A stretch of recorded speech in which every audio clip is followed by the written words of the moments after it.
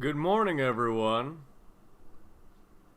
This is Voicebawx with Good News Daily on the 16th of March, 2020.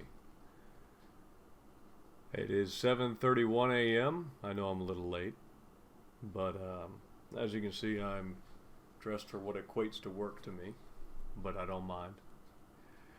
Today, I've got quite a lot of good stuff for everyone here. So, let's get started with just the news.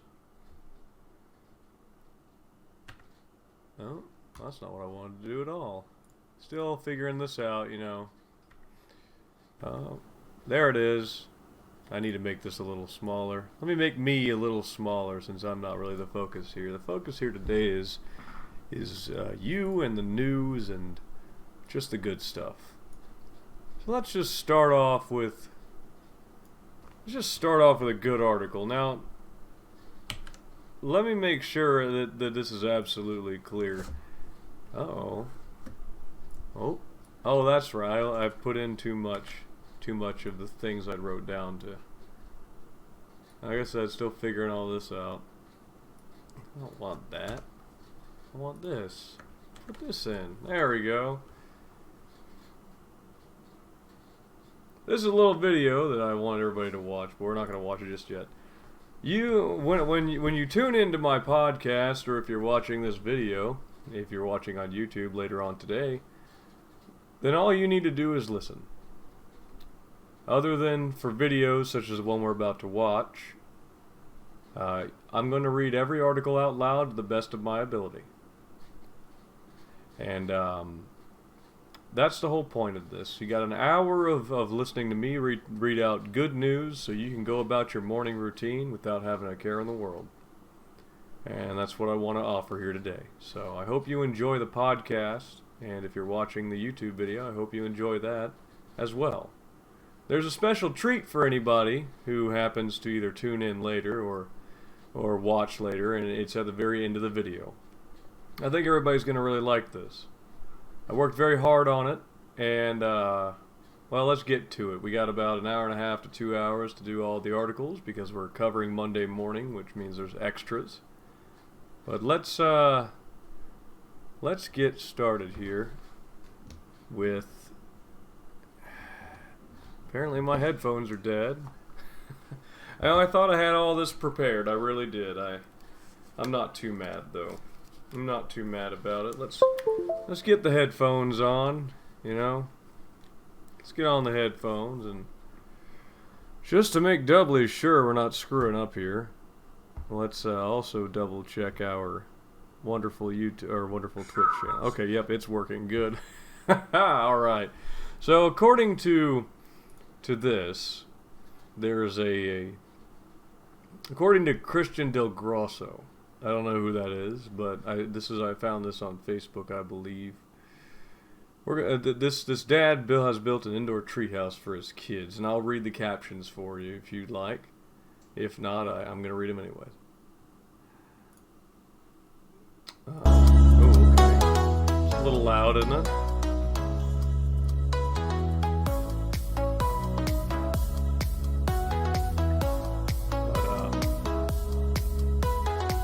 Well, I'm not going to read the article.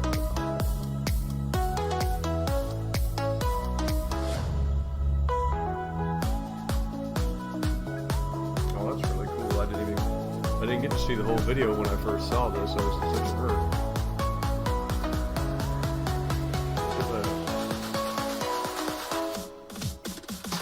I want to do something special for his young kids. Help them create memories.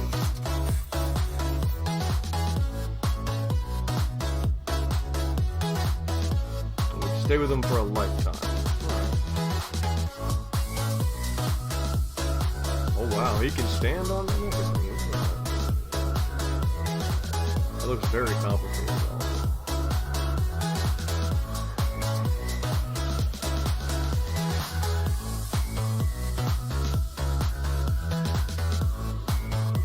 I wonder what he's doing there.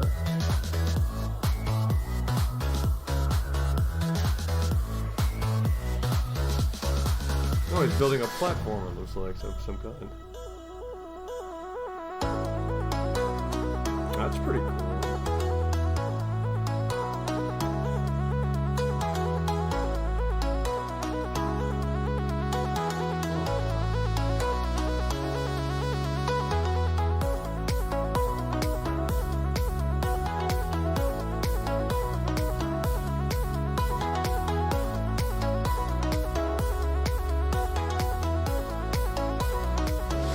Oh look, there's a kid. Oh, that is adorable.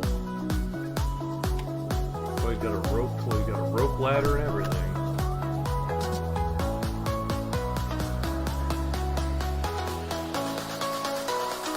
Little window. Well, that's pretty cool.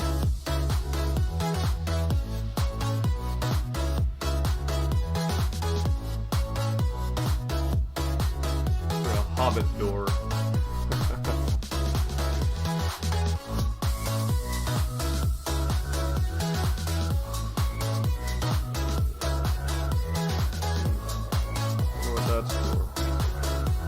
Oh, it's like a roof. That's pretty neat.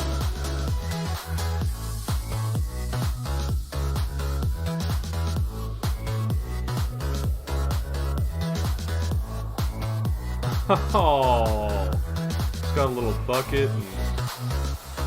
oh wow.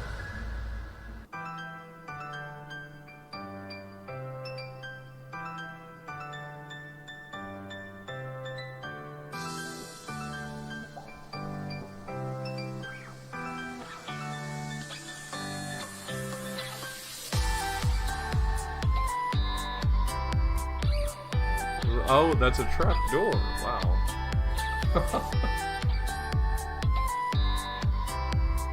Kid's got a little pirate hat on, running around. Must be Halloween where they're at. Either they have access to a lot of costumes.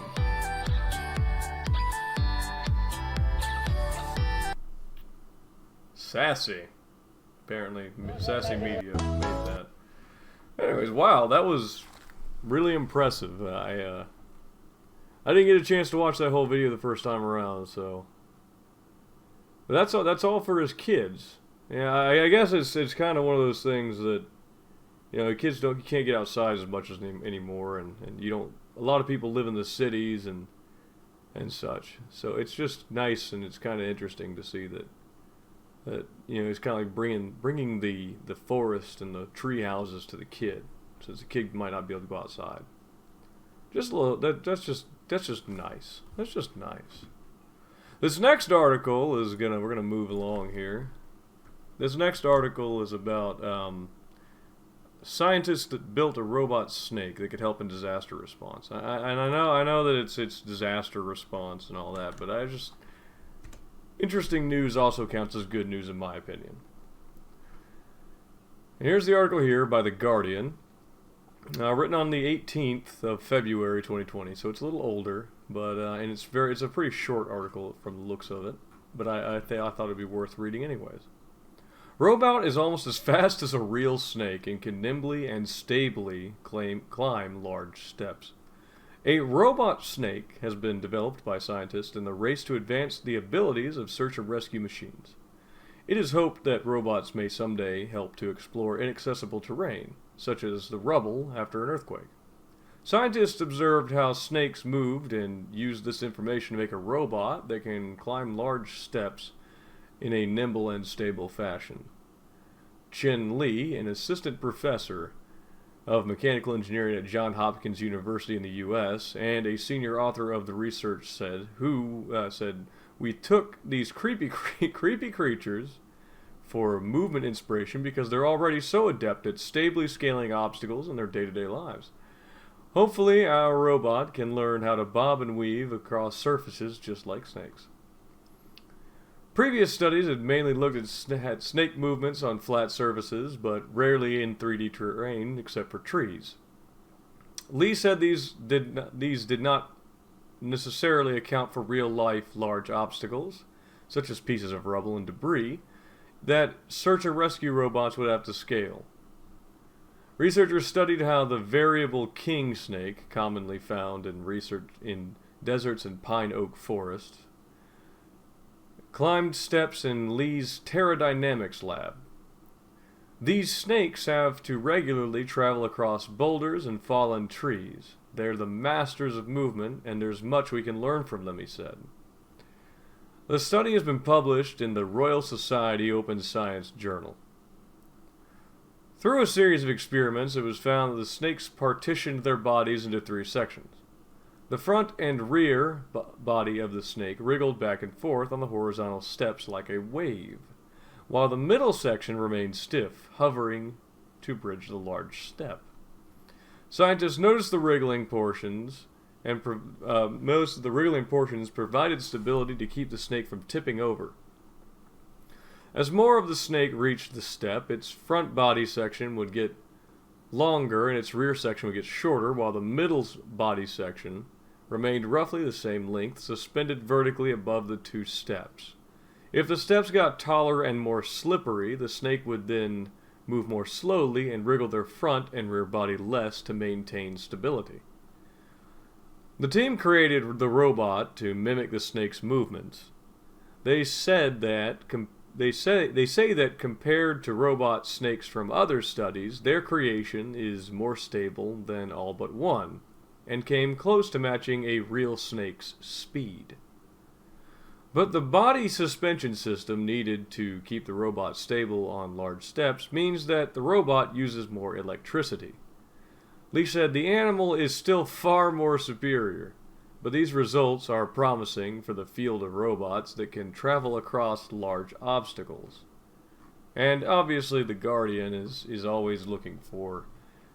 The Guardian is great because they offer me free access, and while I don't currently have the money to put a donation towards the Guardian does seem to have a more stable news base than a lot of others, and it might be something that you might be interested in as a viewer, supporting journalism that doesn't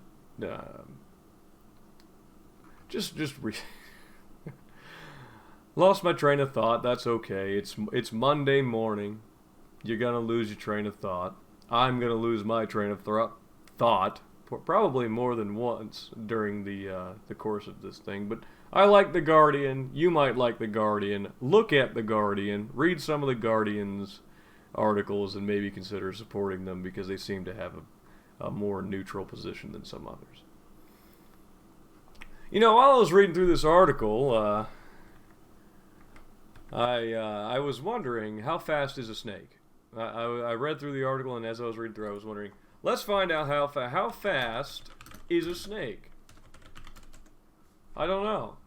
The average snake only moves at 5 to 8 miles an hour, so that little robot can move at 5 to 8 miles per hour, but that doesn't really tell us very much now, does it? So, can we get like a video maybe? Let's see, videos of a snake moving fast. Yeah, that's one of the options. And here we go. This is a BBC YouTube video that is apparently going to force me to watch. So they call a trainer a sneaker, a jumper a sweater, and a few minutes a quip. Okay, I don't care. Most snakes, like this Cape Cobra, move in a serpentine way. Obviously, it's a snake, but that's fine. It doesn't look... The snake pushes at the point where its body bends, and that propels it sideways. Okay. But if 2 opposite coils push at the same time, the sideways forces cancel... Well, I think we're going to spend a little too much time waiting for this. But if you would like, I can... well, I'm going to... And you can't even see it because I didn't put it up on screen, but the video is 3 minutes long, and I don't want to watch 3 minutes of snake videos to figure out how fast the snake goes. Snake goes from 5 to 8 miles an hour. Just get in your car and drive 5 to 8 miles an hour, and you'll know how fast a snake is. It's a little faster than most people can probably. It's about as fast as a brisk run, I would say. Might be a little faster than I can run for any extended period of time, too. 8 miles an hour is pretty fast for me, especially on a Monday morning. I can jog forever, though, that's for sure.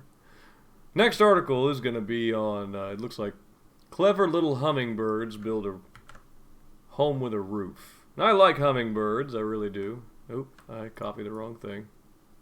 Copy that. Copy that. Post that. Post it. Ingenious.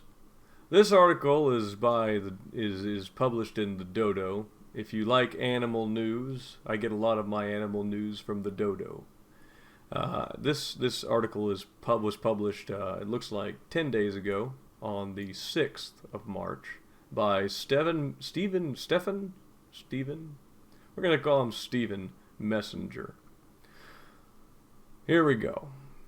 Few constructions in nature evoke a sense of coziness and warmth quite like nests, treetop homes built with love and care by birds to raise their babies.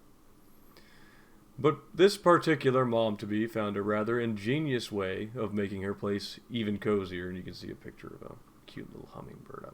I like hummingbirds. They're pretty adorable.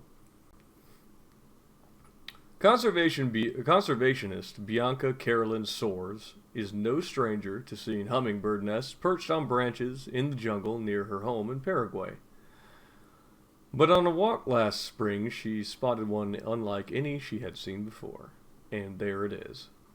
I saw this picture and I just about died. I just about died of just like, that is the cutest freaking thing. There's this proud little hummingbird sitting in a nest underneath a leaf. Anyways, needless to say, Soares was impressed. I saw 5 hummingbird nests that day, but this was the most ingenious, Soares told the Dodo. Thanks to the shade provided from that leafy room, this hummingbird's home was the nicest in the neighborhood, and it turned out to be a great place to start a family too. And there's another picture of it. I don't know if I can't zoom in, it won't let me. In the weeks and months that followed that first sighting, Soares continued to visit that clever bird's little nest, observing the tiny family she'd built it for. She had 2 hummingbird babies. And on the hottest days, those babies surely benefited from their mother's thoughtful planning. It's like the nest has gotten worn out over time.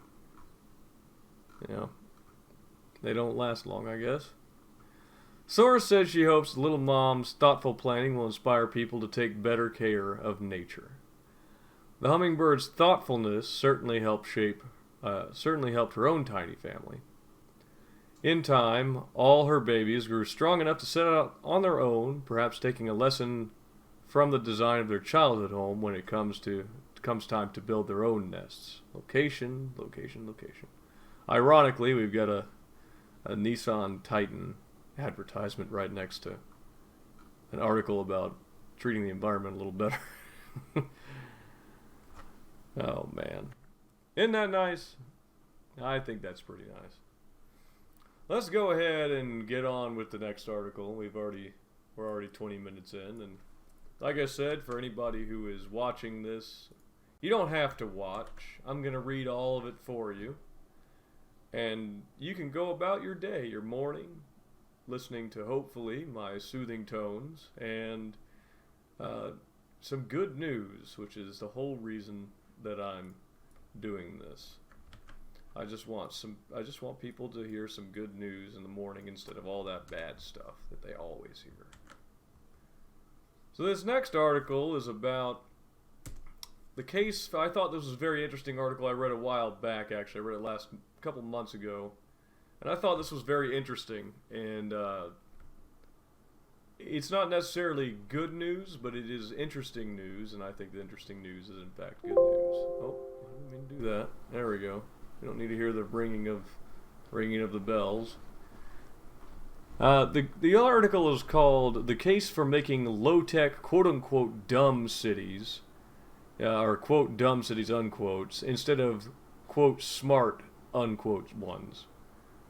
This article is once again published by one of my favorite websites, The Guardian, and it's written by Amy Fleming on the 15th of January 2020. So let's get into this. High-tech smart cities promise efficiency by monitoring everything from bins to bridges. But what if we ditched the data and embraced ancient technology instead?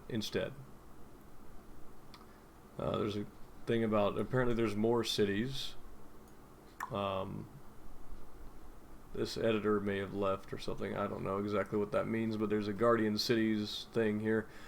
Might be interesting to read, but we're not going to do that right now. Ever since smartphones hooked us with their limitless possibilities and dopamine hits, mayors and city bureaucrats can't get enough of the notion of smart washing their cities. It makes them sound dynamic and attractive to business.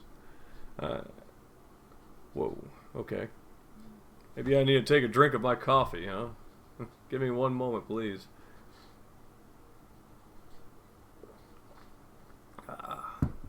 It's nice and warm. What's not to love about WizKids streamlining your responsibilities for running services, optimizing efficiency, and keeping citizens safe into a bunch of fun apps? There's no concrete definition of a smart city, but high-tech versions promise to use cameras, sensors, and to monitor everyone and everything from bins to bridges and use the resulting data to help the city run smoothly. One high-tech proposal by Google's sister company, Sidewalk Labs, to give 12 acres of Toronto a smart makeover is facing massive backlash. That's not necessarily good news. Anyways, we're already here, I guess. In September, an independent report calls the plans frustratingly abstract. In turn, U.S. tech investor Roger McNamee warned Google can't be trusted with such data, calling the project surveillance capital. You know what? Let's skip to the good stuff. This is not what I wanted to read. What really caught me about this article when I read it a few months back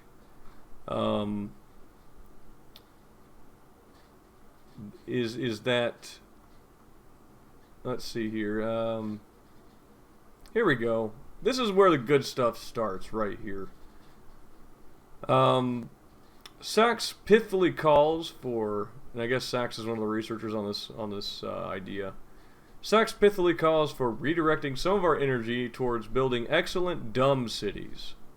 She's not anti-technology, it's just that she thinks that smart cities may be unnecessary. For many of our challenges, we don't need new technologies or new ideas. We need the will, foresight, and courage to use the best of old ideas. I like that a lot. And if we can see this picture, that is the potential for a dumb city, I guess. And I thought that picture was extremely cool. I mean, look at the way the wood is built and bent and how natural it looks. It honestly reminds me a little bit of almost an elven fantasy kind of city, and I think that's really neat. But it gets better. This is not even close to the best that she's suggesting. So hold on for a moment here. Sachs is right. In fact, she could go further. There's old and then there's old. And for urban landscapes, increasingly vulnerable to floods, adverse weather, carbon overload, choking pollution, all this other bad stuff, there's a strong case for looking beyond old technologies to ancient technologies. It is eminently possible to weave ancient knowledge of how to live symbiotically with nature into how we shape cities for the future, before this wisdom is lost forever. We can rewild our urban landscapes and apply low-tech ecological solutions to drainage, wastewater processing, flood survival, local agriculture, and oh man, the list just goes on and on. But that's basically what they're saying is we could find ways of using old technology for new stuff. I'm trying to find here we go. She visited the Medan people in Iraq who weave buildings and floating islands from reeds. The Zuni people in New Mexico who create waffle gardens to capture, store, and manipulate water for desert crop farming. And the Subak rice terraces of Bali. Watson walked into living tree root bridges. This is the part that got to me. This is what blew me away on the possibilities that using some of our old techniques could bring us closer to nature and also maybe make us a nicer world to live in.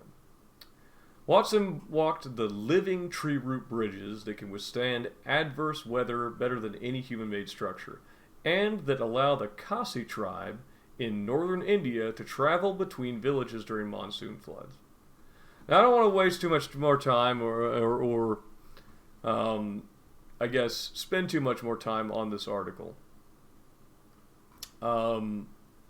Because I'd like to move on. It's a very long article. It's a very good one, and I'm going to leave the link in the description of the YouTube channel for anybody who is interested.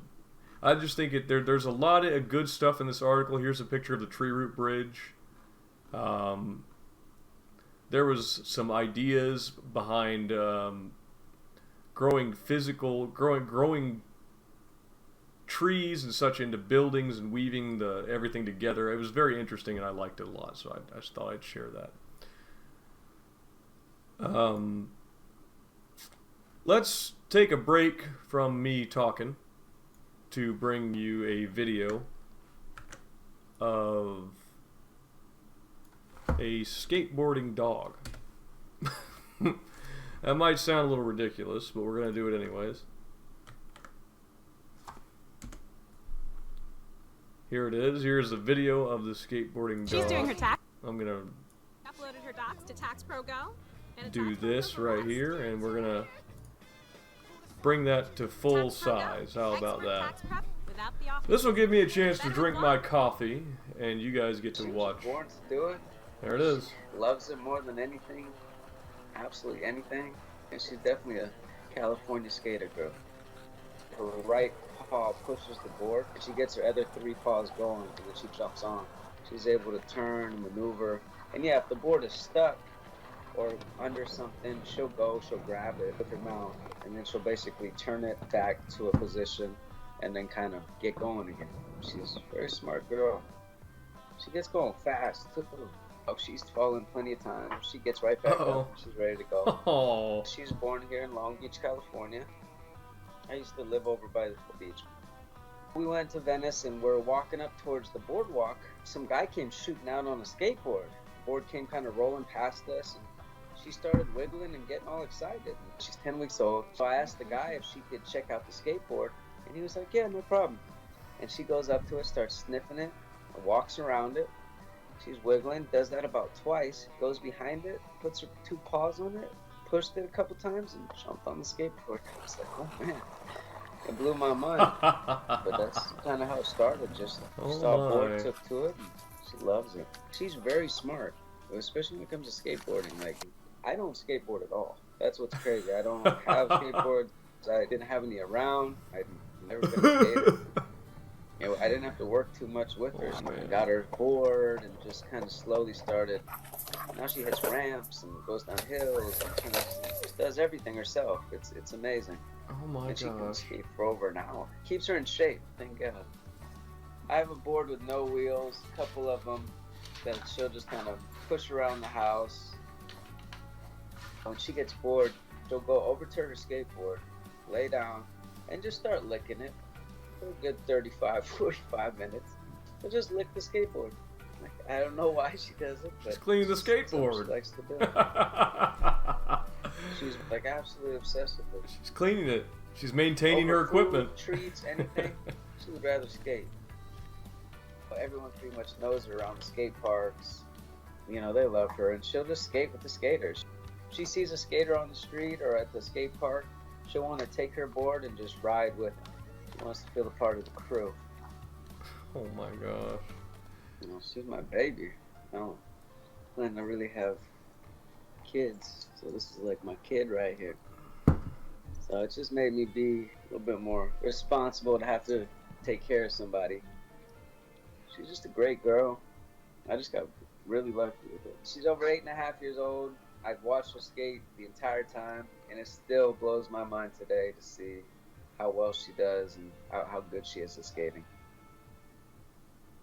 Ah, okay. That video was from the Dodo and done by Stephanie Rodriguez at the Dodo, I would assume. Or maybe she just gave it to the Dodo. I don't know. Either way, wasn't that just freaking great? My gosh. I love seeing videos like that. It's just adorable. It's absolutely adorable. Unfortunately, we have to move on from the cute doggy. And we're going to get into something finally. I know some of these articles haven't been as positive as I would have liked, but you'll have to forgive me. It is Monday morning. Let's just go ahead and go to Sunny Skies, another one of my favorite, or becoming one of my favorite news websites for good news. Specifically, all they do is good news, so they're a lot like me, except they had the idea way before I did. Anyway, so this was an article written, it doesn't have an author at the top, so maybe we'll find out later. But it was written on March 14th, 2020. College football players pay staff members rent.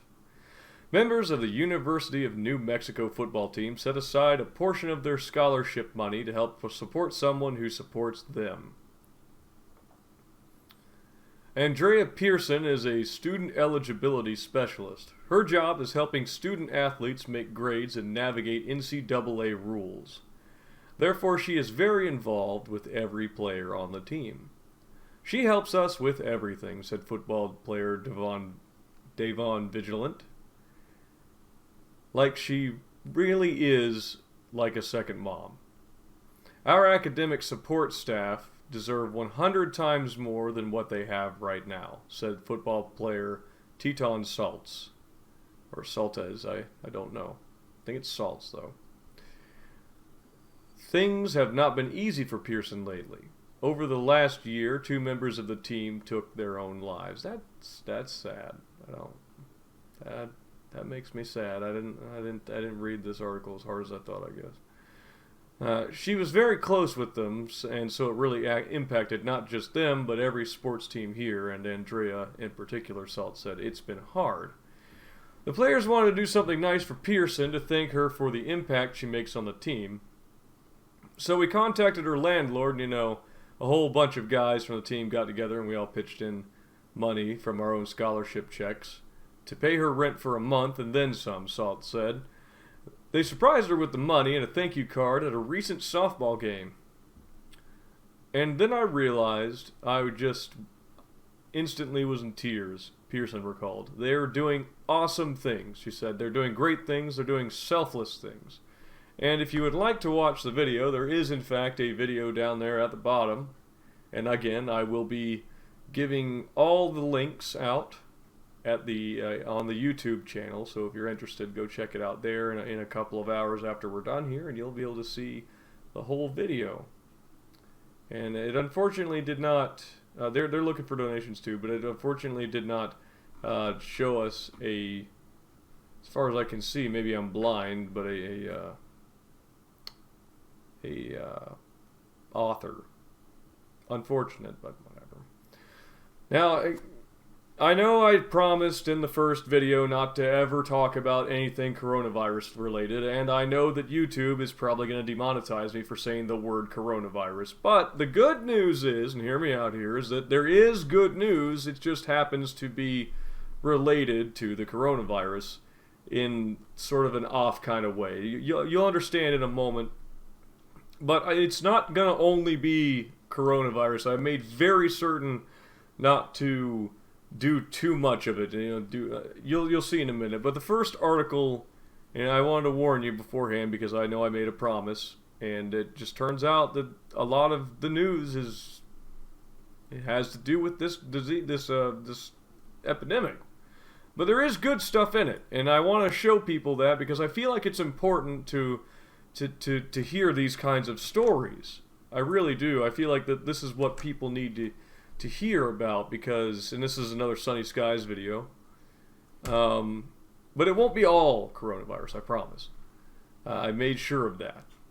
But this is another article from Sunny Skies, March 13th, 2020, so it happened, let's see here, it happened literally Friday, so this is Friday, Saturday, and Sunday's news all kind of put together. But a woman helps elderly couple get groceries during the coronavirus outbreak. Rebecca Mehra helped an elderly couple get food when they were too scared to go into a crowded grocery store because of the coronavirus outbreak, proving that even in dark times, kindness prevails. And that is just so good to see. And there's a picture of a post, I guess. This, see here, the face you make when you're. I don't want to. Okay, this is all written down right here. This is a short article. This is what she wrote, because it's not all here, I don't think. I went to the grocery store this afternoon, and as I was walking in, I heard a woman yell to me from the car. I walked over to her and found an elderly woman and her husband. She cracked her window up open a bit more and explained to me nearly in tears that they are afraid to go into the store. Afraid to get sick as they are nearly in their 80s and hear that the novel coronavirus is affecting older people disproportionately. That is true. And that they don't have a family around to help them out. Oh.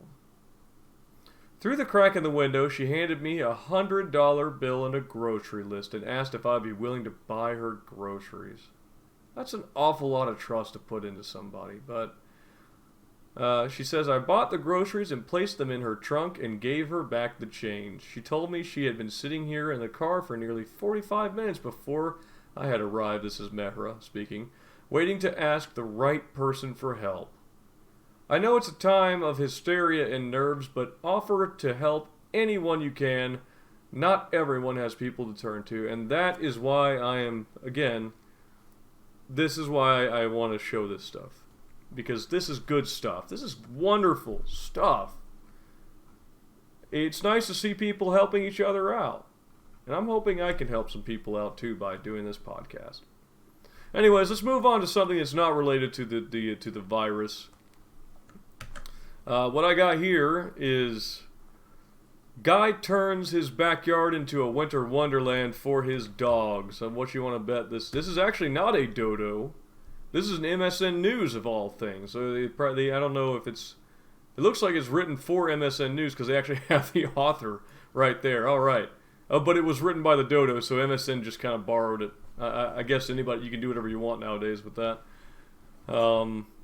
Anyways, this was written 22 hours ago by Lily Fain. It's tough to stay active in the winter, even when you're a dog. And we've got, can I click on these pictures? Yeah, you can. You can see, it looks like a dog. It's a snow dog. You see it right there. It's a snow dog. All right, I like that. And you see the little dogs have tunnels, and they're all happy and ready to run outside. It looks like a Chihuahua maybe, and some pugs or something. I don't know. Let's can I go back? Oh, I didn't mean to do that. That was Netflix. There we go. All I've been watching is The Witcher lately, and when I have time. Brian Keith Einerson knows this all too well, concerning the dogs and being active. Living in Winnipeg, Canada, he and his 3 pups brave 5 months of cold weather every year. Makes Ohio seem like a cakewalk. I'm assuming it's cold weather like this and not cold weather like Springfield, which is, I just revealed where I live. Whatever. He was struggling to keep his senior dogs healthy and fit when they'd much rather snooze all day, so he decided to give them a little incentive to go out in the cold. So what was his genius plan? He turned his yard into a winter wonderland of snow tunnels. That sounds like a lot of fun, actually. I remember building tunnels when I was a kid in the sand of old, sandboxes out behind our house when I was living on a military base in Fort Bragg, North Carolina. I did stuff similar to this, but it was much smaller because I had little hands and no dogs. So anyways, building the snow tunnels began as a way to make cleaning up after his pets easier. I'm a truck driver, and I would get home at night when it's dark out. It's hard to find the poop, so I just made paths so I could find it. Einerson told the dodo. Otherwise, it's springtime. You would have a pretty big mess out there, and it's not very appealing. Eventually, he turned the paths into tunnels of packed snow to make it more fun for his dogs to navigate. And there's a video here, and I'm tempted to watch it. I really am. I'm so tempted to watch these videos of it. Let me see. Do we have time? Do we have time for that? I think we have time. Let's watch some dogs. Let's watch some dogs. I love dogs, man. I love dogs. March 10th, that's right. Winnipeg, Manitoba, Canada. The very end of the snow tunnel. Oh, sorry about that. Let me. Very nice outside. Oh, they're so cute. Look at them all. Look at them running around all over the snow and having just a good time. Oh. Look, they're actually using the tunnels and everything. They know what this is for. It's just a blast. And it finally kicked into HD. I guess I should make... Look at this! Oh, it's so cute! Oh. Oh my god.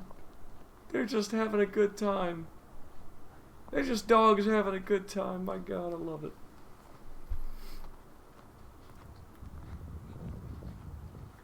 I like the coyote looking one. I mean, pugs are cute and all, but I have a soft spot for more wolfish dogs.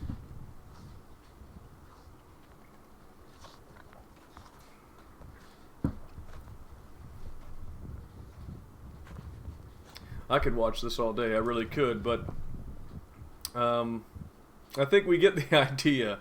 That video is on. Again, I'm going to be putting up the addresses for all of these in the YouTube video later on today. Anyways, let's continue the article.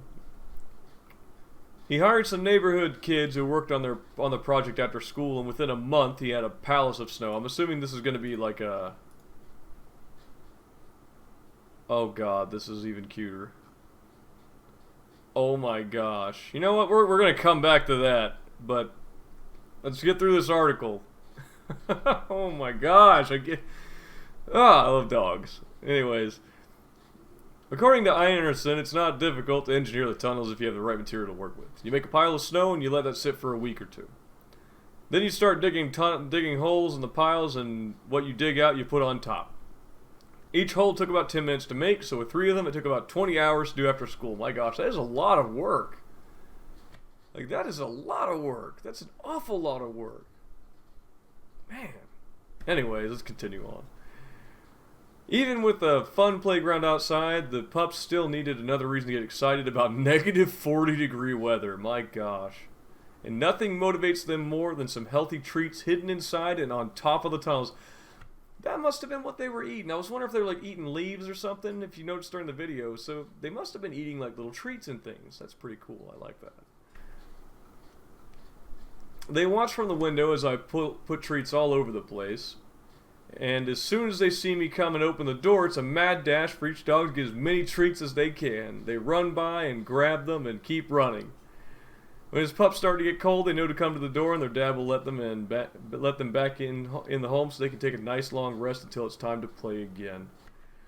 That is precious. And so is that other picture, but we're not going to look at it just yet. You just stay tuned right now, and you'll get to see another cute dog in no time at all.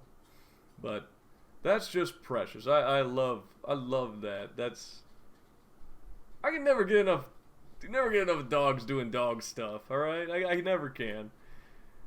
All right, let's go here. Let's go to the next thing, and this is you know, warning, coronavirus related, but it's good news. Let's go ahead and get the article running.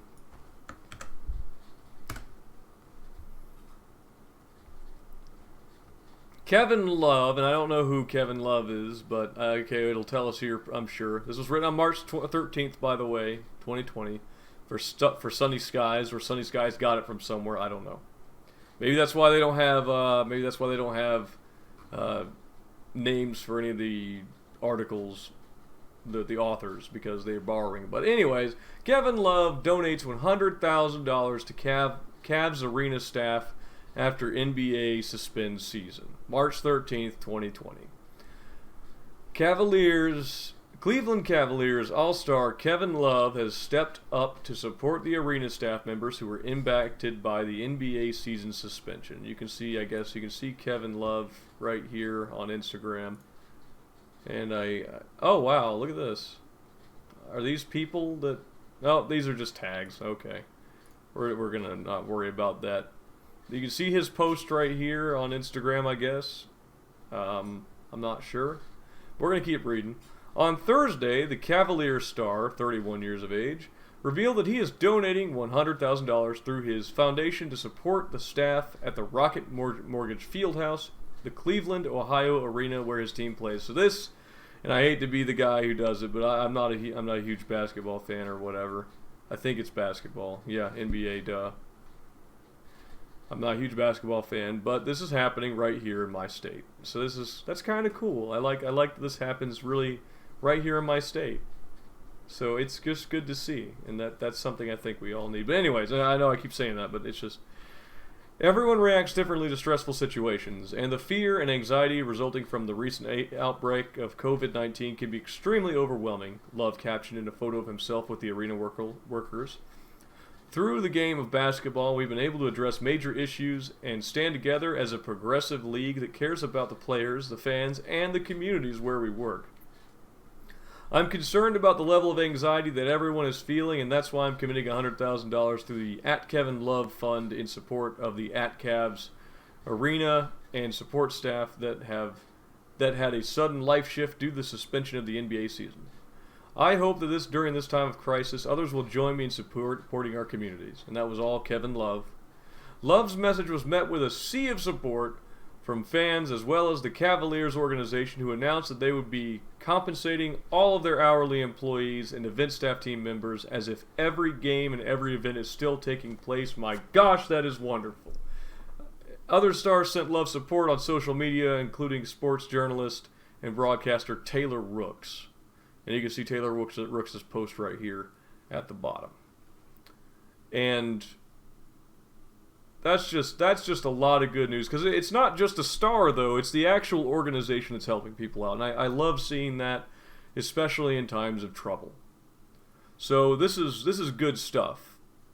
Now, I haven't read this next upcoming article, but we're going to pull it up anyways, just because why not? I gathered these throughout the weekend, but it's another dog-related one. All right, so I think you'll like it. This is from People Magazine. It looks like it. Yeah, see, it's got the People logo right there. People Magazine by Morgan Smith 2 days ago, so that would be the 14th. This coffee company helps save rescue pups, and they have St. Patrick's Day goodies too. So I don't know what that means. We're gonna find out though. Toenail fungus? No, go away. I don't need your ad. Wish I could get rid of these, but I can't do that with if I want to pull everything up without being inundated with messages about various things. Anyways, when's the last time you skipped the long line at a coffee shop and brewed your own cup of joe at home, or hit the snooze to sneak in a few extra minutes of cuddling with your pet before work?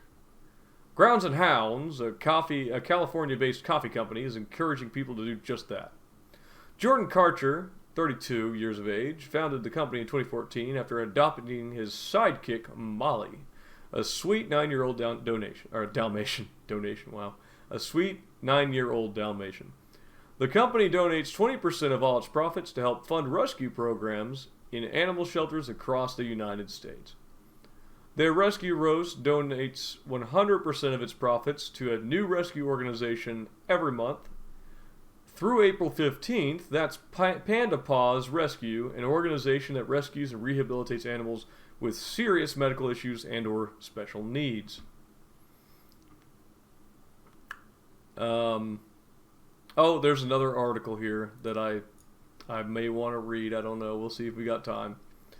I got to sample the rescue roast, and it was fantastic. I'm guessing this is our Mr. Morgan Smith, or maybe Miss Morgan Smith, or Mrs. Morgan. I don't know. It could be either one, because Morgan's kind of like it's a gender-neutral name, isn't it? I don't know. Who cares? Morgan Smith got to taste the rescue roast, and that's what matters. The medium roast has a nutty, bitter flavor with subtle, sweet notes of caramel and dark chocolate. Now, that sounds really appealing. That sounds really good right now. I've got my own coffee here, but it's cheap, because I'm a student. So that's what I do. I drink coffee that's cheap. Anyways, a 12-ounce bag of whole beans or grounds costs $14.99. Doesn't sound bad for $14.99, really. Since Grounds and Hounds introduced the product on their website in 2018, they've raised more than $45,000 to help support rescue organizations throughout the country, according to Karcher.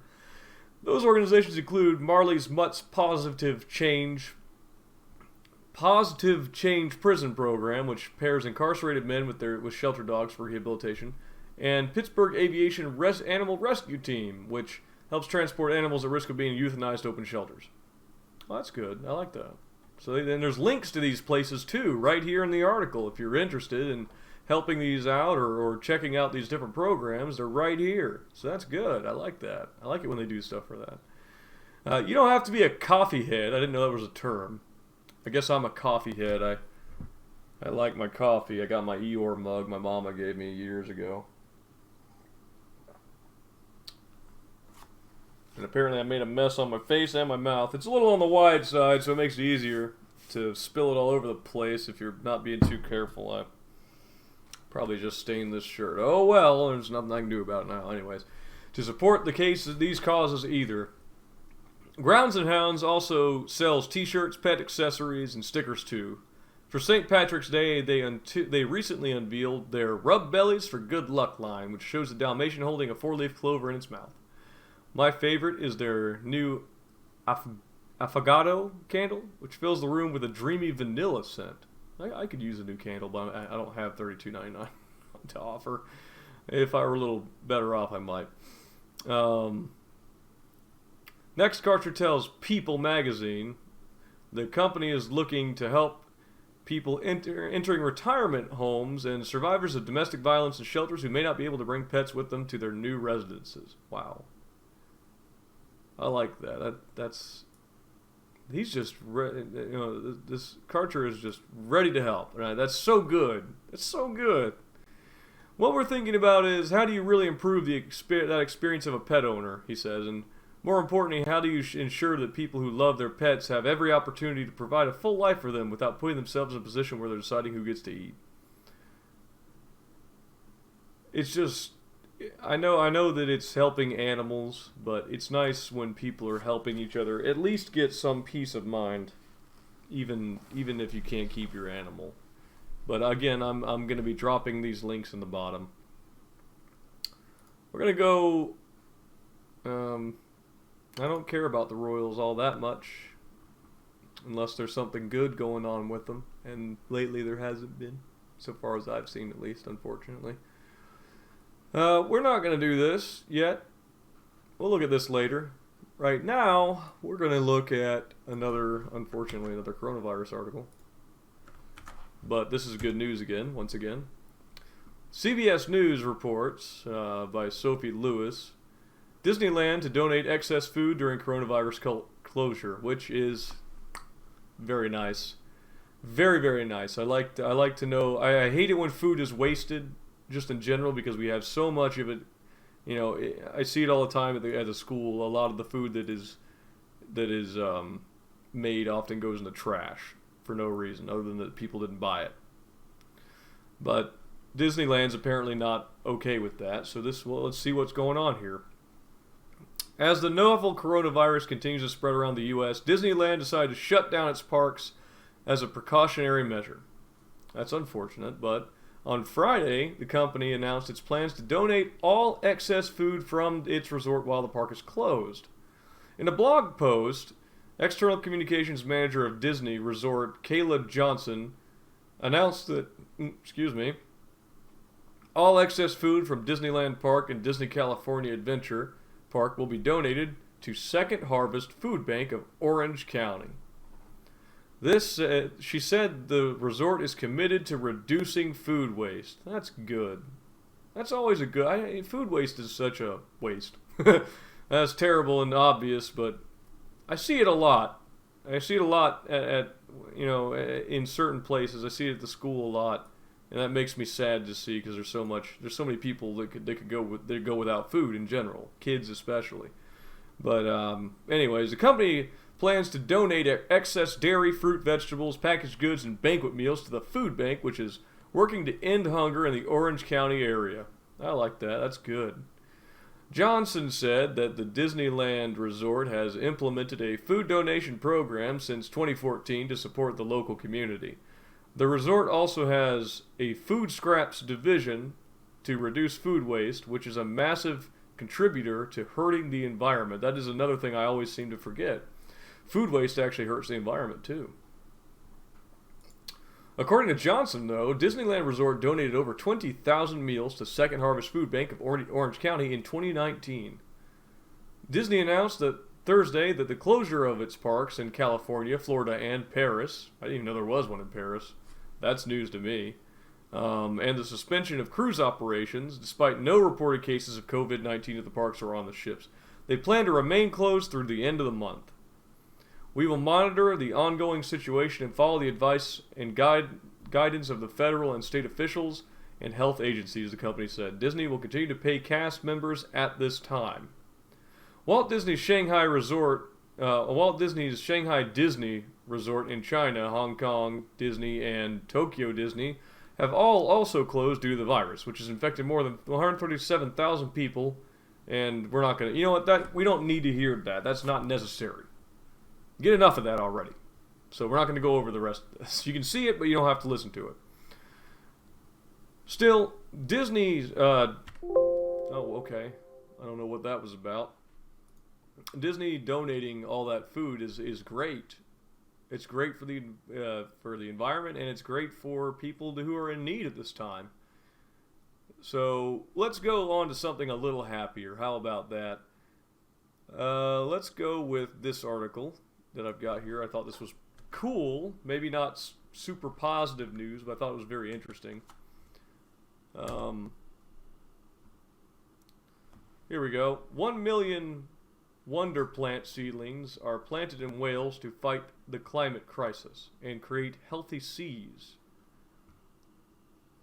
At a time when shallow seagrass meadows have disappeared from 92% of UK's vast coastline, scientists have realized that this curious and gentle habitat is needed now, more than ever, to help reduce CO2-induced warming and guard against potentially rising seas. Let's see here. Coastal ecosystems are among the most biodiverse on the planet. When salt marshes, shallow seagrass beds, river estuaries, and tidal zones are healthy, these delicate ecosystems work like the tiles of a mosaic to create a picture of resilient seas and shores. But the losses of the crucial seagrass piece is coming to a head in Wales, where Dr. Richard Unsworth of Swansea University, unnerved by the annual decline of 7% in seagrass beds around the UK and Ireland, has worked to organise a massive replanting effort along the coast of Pembrokeshire, Wales. It's incredibly productive and just sucks carbon into the sediments. Traps particles that are locked there for millennia.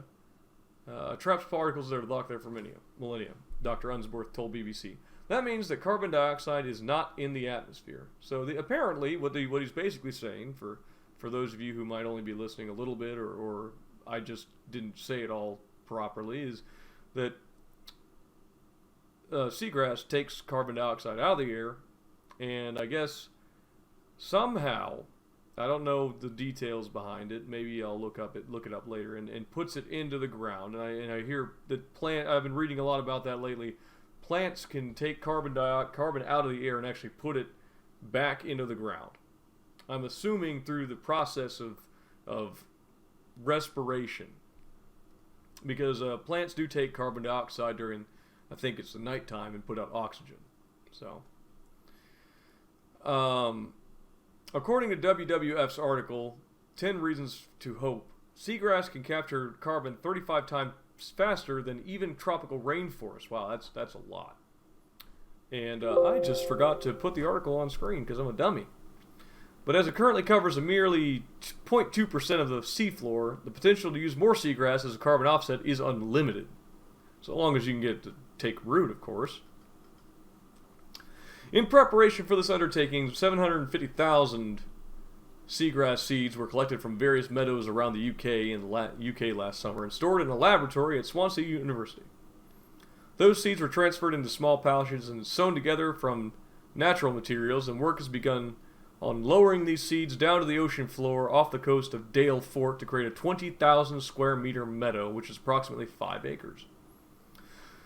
Seagrass is also imperative as a haven for wildlife, providing shelter, food, and a place to raise young for all kinds of marine species, as a video from the BBC demonstrates, and there's a link to that video right here in the article. Seagrass also acts as a nursery for important fish stocks like cod and pollock, and prevents seafloor erosion from storm surges. In an interview with BBC, Unsworth stressed the need for hundreds of thousands of acres of seagrass beds, salt marshes, and other ecosystems because of the unique potential they have for tackling local, regional, and inevitably global environmental concerns, and for self-cleaning the seas themselves. So that's something to put in your pocket, I guess. If something to look at in the future for, I guess, all of us is seagrass. I mean, maybe not you and me personally, but other organizations. That's interesting, I would say. Like I said, not super positive, but it is good news. And the reason it's good news is because what it is it gives us a little bit of hope. It gives us a little bit of hope because, well, there's even a little article, 10 reasons to hope. But see, if seagrass can do all these things and it takes root, then there's still hope for us in the environmental department, and it's just nice to know that people are seeking these alternative means to tackle things instead of just sticking to what we already know. And if you'll permit me a moment, I'm a little thirsty. I've been talking for over an hour now. I really should just get a cup, because listening to that can't be pleasant. But that's okay. It's over with. And this is just beginning. Not this podcast. But we got some more good news here. I already did that. That's a grocery run. This might be a different article, though. Let's go ahead and take a look at it, because it's very similar to this. This might be a different person. It's a different person, but once again, we have somebody helping other people during these outbreaks, specifically older folk. Woman starts doing grocery runs for older neighbors to reduce their exposure to the coronavirus. If you need to work from home because of the COVID-19 virus, maybe you'd like to get an inspirational jolt by taking some time to help your elderly neighbors, which is exactly what this North Carolina woman did. Becky Hoffler, I don't know, who works at Duke University, was talking to her grandfather on the phone when he mentioned that he was going out grocery shopping. She was concerned for him because the elderly population is most at risk of catching the novel coronavirus, but he lives in New Jersey, so she couldn't help out. That's when she got the idea to make grocery runs for her senior neighbors in lieu of helping her grandpa. I am excited that this is her speaking, obviously, not me. I'm excited that I'm probably going to get a sweet loaf of banana bread from my neighbor Patty. Because of this, the spunky Hoffler, I don't know if I'd call her that, it's an interesting word, whatever. The spunky Hoffler told WNCN News. Either way, though, I think being able to help your neighbor is one of the most American things that you can do. I wouldn't call anybody spunky and use their last name. That just makes you seem like less of a person in terms of writing, but that's just me. It's odd to say, too. It's just very odd to speak out loud. I've never done that. Anyways, her next-door neighbor, Patty, asked for paper towels, fresh fruit, and flour, she told GNN. I was really lucky to find paper towels. That whole aisle is almost empty. There's the same thing going on here, but not talk about that. And some of the flour likely went into this homemade bread that was given to Becky to say thanks. You can see a picture of the bread here. That looks pretty appetizing, actually. I like fresh bread.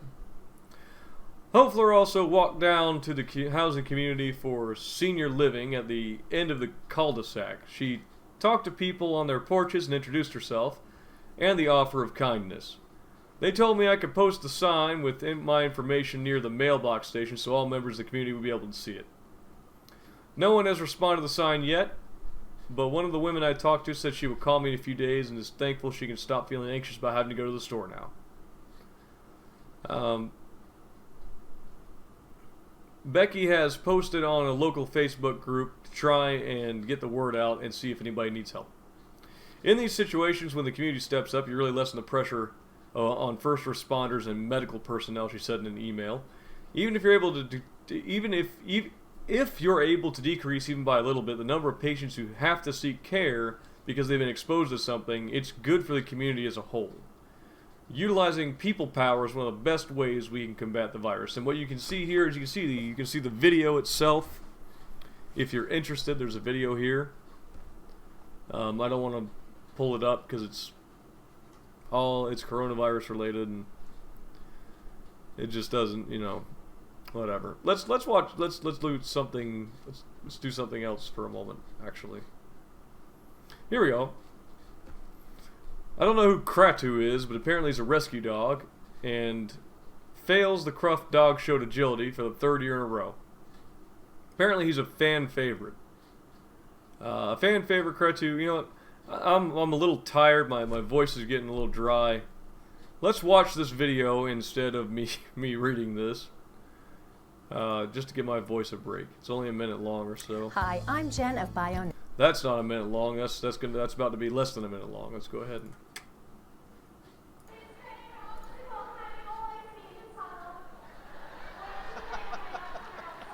Let's see if we can't wait for it to.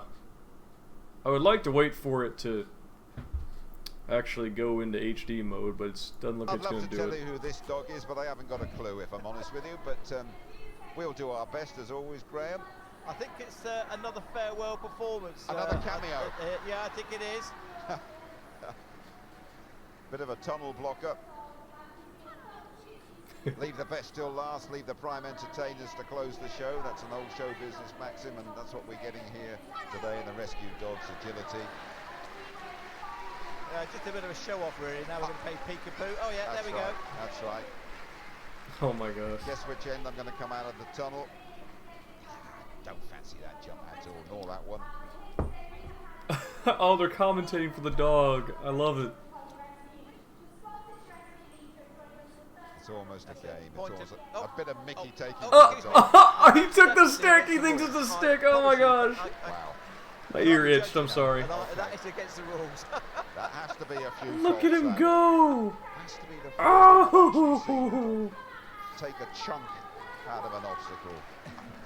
Likes the taste as well, I think. What a rascal. Absolute rascal. Oh my gosh.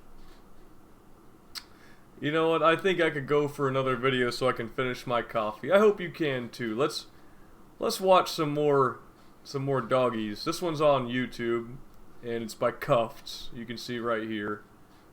I guess I'm gonna have to add this to my list real quick. I probably should have added some other ones too. I didn't. I may have missed a few by accident, and I hope that the world will forgive me for not having it in there. Let me go ahead and do this, and then do this. Pardon me, please pardon me for this right here. And I'll worry about that later. Let's watch this here video of the little pug that could.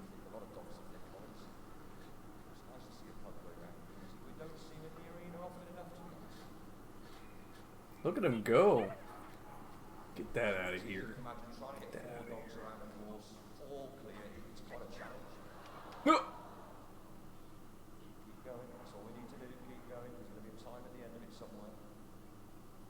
Ooh. It is a challenge.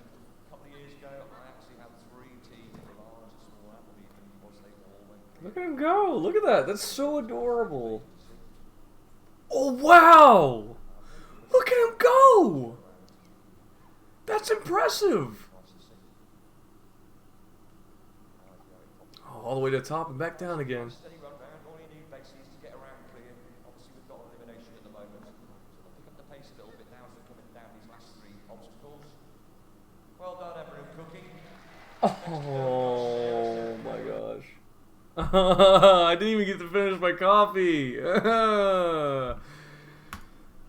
Oh my gosh, that's just freaking adorable.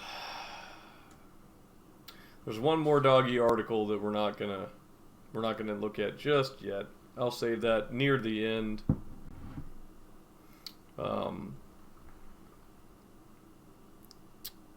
I think actually we're gonna cut this a little short. I'm feeling a bit tired. I was up all night trying to get everything set up for this today. So what we're gonna do is, for those of you who've been waiting, there's a I'm gonna show you guys something really cool that I hope you'll like, and you'll be able to see it separately on YouTube in much greater fidelity as well. But let's do one last thing before we go, and you saw the picture, you know what this is. Dog freaks out over her new snow goggles. I can't get enough of just cute dogs doing cute things and being adorable. I really can't. When she first realized she could see under the snow, you could see her face and body language and how excited she was. This is written by Caitlin Jill Anders and published on, well, shoot, it was published last year near the end of the year, 9th of December of 2019. But we're gonna read it anyway because I saw that picture and I just had to. Maple is a very energetic dog and is constantly doing fun activities like swimming, snowboarding, oh wow, and running around. Since she spends so much time outside and on the go, her mom decided to get her some gear to keep her safe and happy during her many adventures. Look at that. Just, I feel like that's a good picture for like a meme or something. Like, I don't know why, I don't know what it would be, but anyways. Oh, excuse me, gross. I wanted to buy goggles because she swims completely underwater with her eyes open and is always hanging out the car window during activities. So on Black Friday, when they went on sale, I bought her some. Jessica Dylan Mann, Maple's mom, told the Dodo. And look at that. It's a dog wearing snow goggles. And they fit. I didn't even know they made dog snow goggles. I don't know. Somebody, why does it keep doing that? That annoys me. I gotta figure out what's going on with that. Somebody tell me if they make doggy snow goggles. Just leave it in the comments. Just show me like an Amazon or something. Just, do they make doggy snow goggles like for dogs? And I want to know. But let's continue the article. See, they're right there. Man started putting the goggles on Maple whenever she thought her eyes could use a little extra protection, and one day, after a huge snowstorm, she tried putting them on Maple while she played in the snow. She secured the goggles and took Maple outside, and when the excited dog realized she could see under the snow with her new goggles, she lost her mind, and there's a frickin' video of it. Oh my god, we're gonna watch this. Alright. And it's loading an ad. She's doing her taxes. And it's going to make us watch the whole thing, so I'm going to mute it because you don't want to hear all that. You don't want to hear all that mess. Okay, and... Somebody's figured out they can leave their eyes open under the snow with her new goggles. Love those? What do you think? What do you think? Look at me. You ready to hit the slopes? Oh my god. Isn't that so cool? You love those? Let me give it a wipe. Let me give them a wipe. There. Yeah. Oh my gosh, look at him. I love dogs. They're just burrowing around and just having a good freaking time. Look at that. God. Are you a gopher? What is even happening? Oh my god. She's literally digging so she can... Maple, come here. What's this? What's over here? Get this. Right here.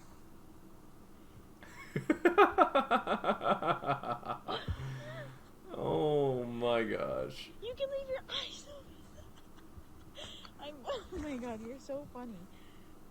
Oh man, I love dogs so much. And now, without further ado, I'm gonna let you guys see what I've been working on. This took me, what you're about to see took me about 4 hours to make.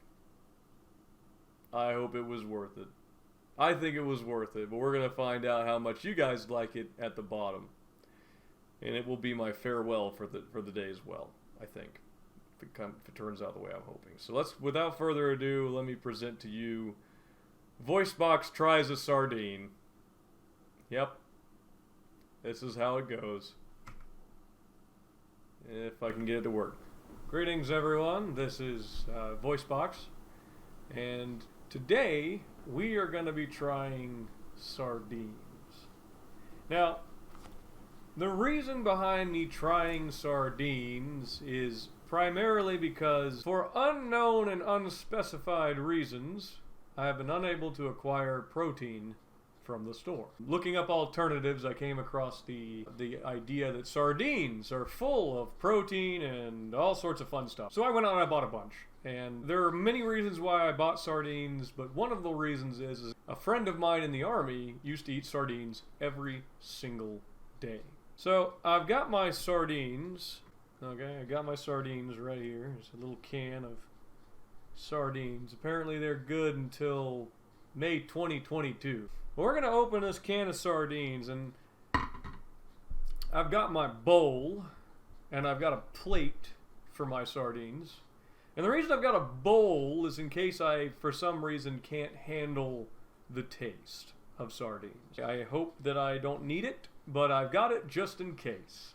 So, without further ado, let's get our sardines and let's open them up. Now, I'm going to try to open them up in front of the camera, and hopefully, this is probably the dumbest friggin', yeah, it's got juice, and, you know, that's why I've got the bowl. I can pour the juices. It's not a whole sardine. It's a part of a sardine. The whole sardine's not even here. It may contain crustaceans. Why would it contain crustaceans? What, you're just going to put crabs in here? Well, by all means, sir, put crab in my sardines. But so far as I'm aware, you can eat these right out of a can. Now, they don't smell too bad. It smells like fish. It smells like the beach, actually. It's really not that bad. But there's little bones in the sardine. This is what I've got. It doesn't look particularly appetizing. This is what we're dealing with here. I could probably eat it, but I don't think I really want to. How to eat sardines. Let's try that again. Epicurious. How to eat sardines like an adult. Put them in pasta, snack on them. It doesn't say anything about the bones, though. I don't know if I'm allowed to eat the bones. Okay, here we go. Here's something. Why is it safe to eat the bones of a sardine? You can eat the sardine bones. Apparently everybody's doing it. Everybody's eating the bones of the sardine. So let's give this a shot. How about it? Now let's give some sardines a try, huh?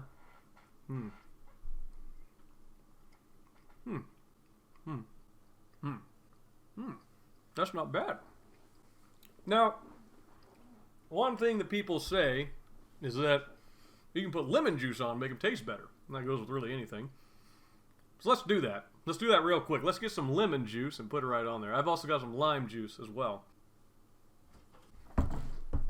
Alright, so what I've got here is I got my lemon juice, and I've also got some lime juice. We're going to put that on there. These sardines were very cheap, and this could be an alternative since nobody likes sardines apparently. If you're hungry and you want to add some fish to your diet but you can't find it, and you can eat sardines. But let's put some lemon juice on it.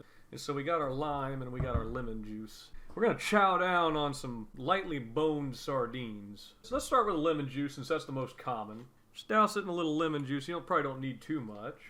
And I guess I'm going to have to bend my head way down here so I can actually freaking eat the fish. Can't even taste the lemon. What's the point? That's still pretty good.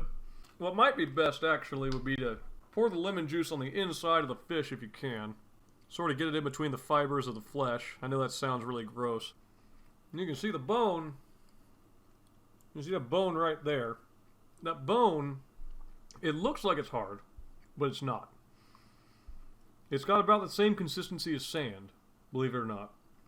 And you can't even taste it. You can't feel it. There's so much other fish, there's so much other material there that it doesn't matter. Yep. I'll try the lime juice now. I'm going to pour that right on. Not bad. I think I prefer the lemon juice, though. You know, the more I eat this, the better I like it. It's a little odd at first. It's got a strange consistency to it. But, again, like I said, the whole purpose of buying these sardines was because I could not find enough meat to sustain my... Well, I guess I could have eaten anything else. But I like to have chicken. I couldn't find any chicken. And I probably won't eat a whole sardine every day. I don't need that.